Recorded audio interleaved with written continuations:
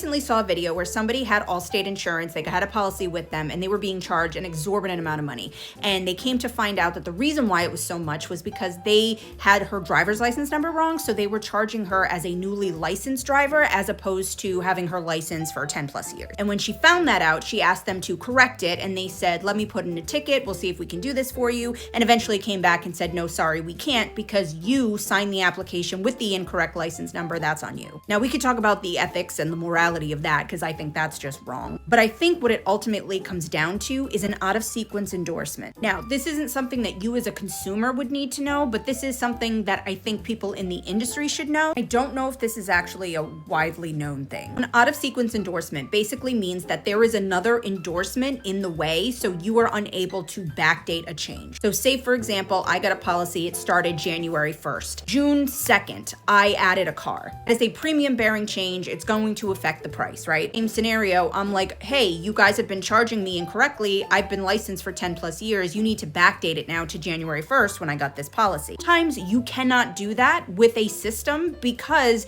there is a premium bearing change in the way. Because I made that change on June 2nd, isn't smart enough to know that, okay, there was change that affected the price. Now I have to figure out a way to go back further than that to also affect the price. The system is like, no, we can't do that. But I do think that they can fix it, because what typically will happen with out-of-sequence endorsements, even though you cannot physically go into the system to manipulate it sometimes, depending on the system that you use, the policy administration system, you can, however, figure out what the premium difference would be and credit them that way. At least that's what I have done in my previous positions. Whether they are going to do that is another thing entirely. That's Allstate's thing. Do I think that they should? Absolutely. So I also think it's important from a technology standpoint that when you're evaluating software for your teams to be using, you need to consider out-of-sequence endorsements because it happens all the freaking time and your system needs to be able to handle it.